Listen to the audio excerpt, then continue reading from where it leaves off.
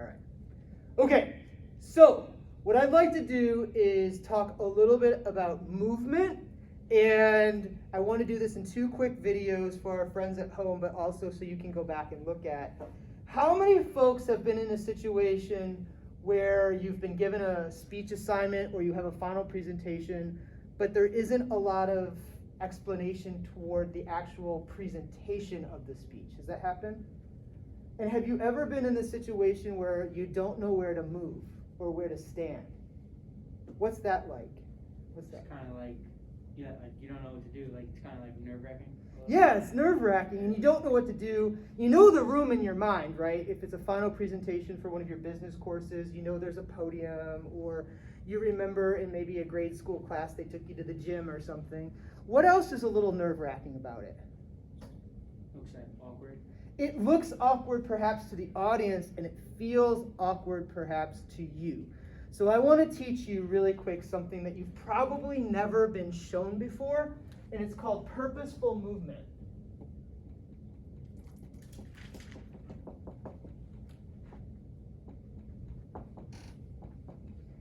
And traditionally, a lot of folks are given an assignment, or they have a work presentation to make, or a baseball banquet, or a softball banquet, and they give a lot of attention to the actual content, which is good. Because when you think about a speech, you have the whole idea of content. But the other thing that we forget about a lot, especially in the United States, is delivery.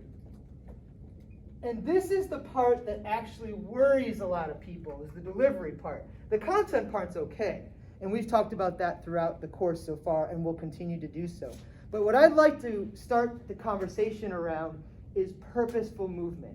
And my goal with you right now in this 2-parter is to show you what to do with your body. You know what the speech is, you know what the presentation is, you know what the report is, you know the interview, you know the instructor, you know the audience, but nobody ever pays much attention to what do I do with my body? And specifically, some of you guys get really nervous about hands and things like that, which we'll talk about at a later time. So here we have the idea of purposeful movement. So I'm going to draw the purposeful movement map. We'll stop the first video. I'll talk about it a little bit more in the family here, and then we'll do the second video where I'll demonstrate, okay? So here's the purposeful movement map. Think of this as like a football play. American football, soccer football. So you have these bubbles.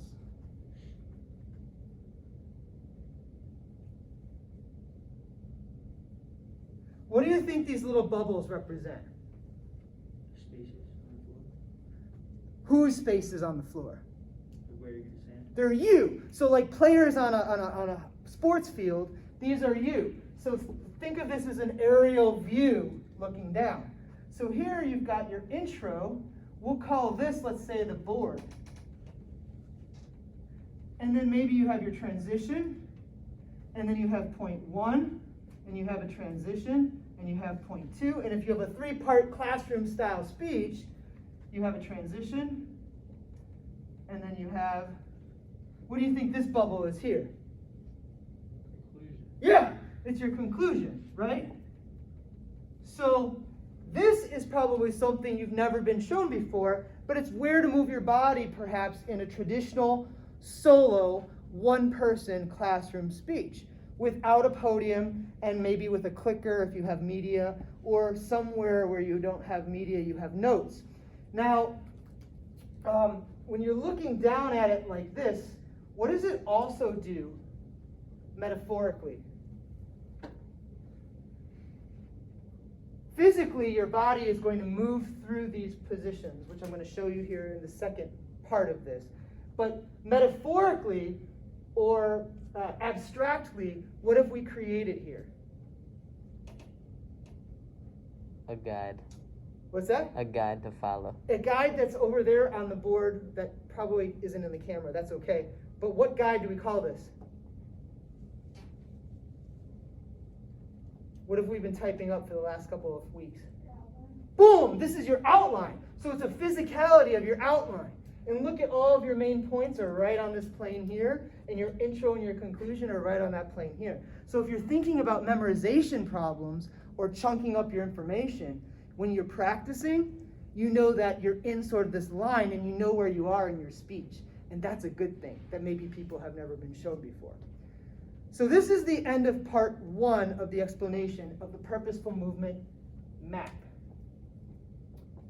And you've got the intro, transition to point 1, point 2, point 3. If you only have 2 points, maybe take the middle guy out and just have point 1 and point 2. And then you move on down to the conclusion down here.